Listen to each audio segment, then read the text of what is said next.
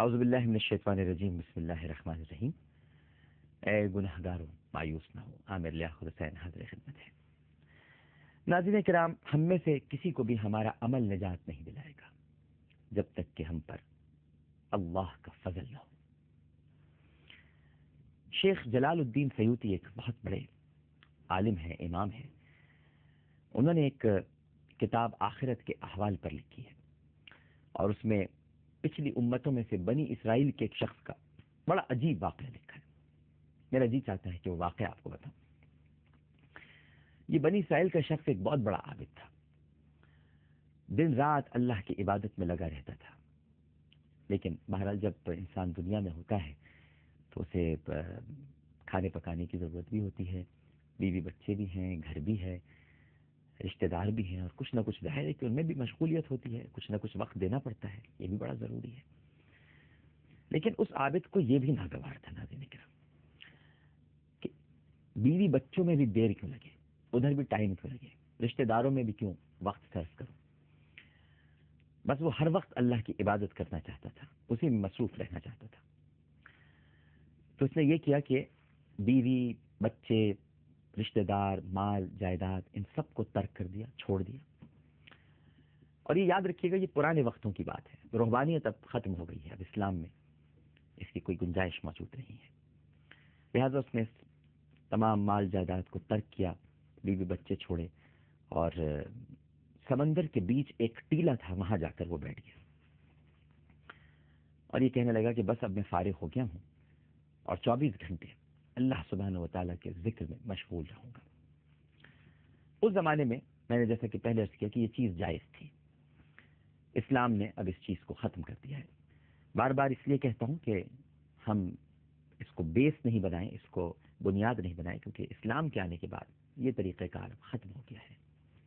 اب بھی ہم لا لگاتے ہیں، سب کو چھوڑ دیتے ہیں، جیسے اعتکاف ہوتا ہے، لیکن 10 دن کا ہے، تو وہ 10 دن کا اعتکاف سمجھ لیجئے کئی 100 برس کی عبادت ہے۔ آپ سب کچھ چھوڑ دیتے ہیں، رشتہ دار، گھر والے، بیوی، بچے، بھائی، بہن، بس مسجد میں جا کر بیٹھ جاتے ہیں، یا گھر کے کسی کونے میں چادر لگا کے تان کے اعتکاف کرتے ہیں۔ نبی کریم صلی اللہ علیہ وسلم 10 روزہ اعتکاف بھی کرتے تھے، اور آخری 10 دن تو بس نبی کریم صلی اللہ علیہ وسلم کمر کس لیتے تھے۔ بہرحال یہ پہنچ گیا ٹیلے کے پاس، فکر میں کر رہا تھا، اور یہ وہ ٹیلا تھا ناظرین کرام جہاں کوئی آدمی نہیں پہنچ سکتا تھا، سمندر کے درمیان۔ اس پر جا کے بیٹھ گیا، اور پھر اس پر ایک چھپر ڈال دیا۔ اللہ نے فضل کیا، ادا پسند آئی اللہ تعالیٰ کو۔ اللہ تعالیٰ تو اداؤں پہ نواز دیتا ہے، اللہ تعالیٰ کو اس کی ادا پسند آئی، اور اسی پہاڑ کے ٹیلے پر ایک انار کا درخت اگ گیا، اور اس پر میٹھے انار لگے، اور اسی کڑوے پانی کے اندر، یعنی سمندر ہے، کڑوے پانی کے اندر اسی پہاڑ میں سے، یعنی وہ جو ٹیلا تھا چھوٹا سا، اللہ تعالیٰ نے چشمہ جاری کر دیا۔ اب اس عابد کا کام یہ تھا کہ وہ ایک انار روز کھا لیتا تھا، اور ایک کٹورا پانی پی لیتا تھا، اور 24 گھنٹے نماز میں مشغول، نہ رات کو سونا نہ دن کو آرام۔ عجیب عبادت، عجیب عبادت، دن بھر نماز، دن بھر نماز، رات بھر نماز۔ اس طرح 500 برس اس نے عبادت میں گزار دی، علامہ جلال الدین سیوطی لکھتے ہیں۔ اور یہ ناظرین کرام ایک بات یہاں پر اور اہم آپ کو بتاؤں، عبادت بھی خالص کیسے؟ اب آپ کہیں گے یہ کیا بات کہی؟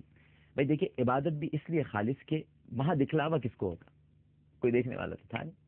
ہمارے یہاں تو آج اگر کوئی افطار بھی کر رہا ہوتا ہے تو کچھ زیادہ دیر تک کے لیے کھجور پکڑ لیتا ہے، اور کچھ نہ کچھ پڑھنا شروع کر دے گا کہ لوگ یہ سمجھیں کہ بہت ہی بڑا کوئی متقی ہے۔ یہ بھی ایسے بھی ہوتے ہیں لوگ، نماز پڑھیں گے تو بھائی 4 5 6 لوگ جمع ہو گئے تو بھائی دیکھ لیں کہ میں نماز پڑھ رہا ہوں، اگر کچھ لوگ ہیں ایسے، ریاکاری آ جاتی ہے بات۔ لیکن وہاں دکھلاوا کس کو ہوتا؟ وہاں دیکھنے والا کوئی نہیں تھا، شہرت اور ناموری مقصود نہیں تھی۔ وہاں کون نام سننے والا تھا؟ کون عامر لیاقت حسین، کون بھائی فلاں، کون بھائی فلاں، کسی کا کوئی نام نہیں ہے۔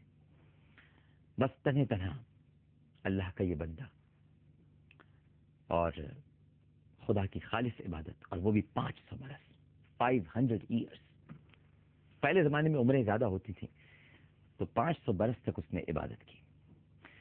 500 برس گزرنے کے بعد جب اس کے انتقال کا وقت آیا تو اس نے اللہ سبحانہ و تعالیٰ سے دعا کی، اے اللہ تیری بارگاہ میں ایک دعا کرتا ہوں، اے اللہ مجھے نماز پڑھتے ہوئے سجدے کی حالت میں موت دے، اور میرے اس بدن کو سجدے کی حالت میں قیامت تک محفوظ رکھ، تاکہ قیامت میں تاکہ قیامت تک میں تیرا سجدہ گزار بندہ بن جاؤں۔ دعا دیکھیے، قیامت تک میں تیرا سجدہ گزار بندہ بن جاؤں، کم سے کم بس سجدہ کرنے والی صورت ہی بنی رہے تو میری لاش قیامت تک محفوظ رہے گی۔ دعا قبول ہوگی، اور حدیث میں ہے کہ اس کو عین سجدے کی حالت میں موت آئی، اور نبی کریم صلی اللہ علیہ وآلہ وسلم ارشاد فرماتے ہیں کہ آج تک اس کی لاش سجدے میں محفوظ ہے۔ آگے کیا ہوا یہ آپ کو بتاتے ہیں، لیکن پہلے ایک چھوٹا سا وقفہ لے لیں، وقفے کے بعد دوبارہ حاضر ہوتے ہیں۔ ہمیں یقین ہے کہ آپ سب لوگ ہمارے ساتھ ہی رہیں۔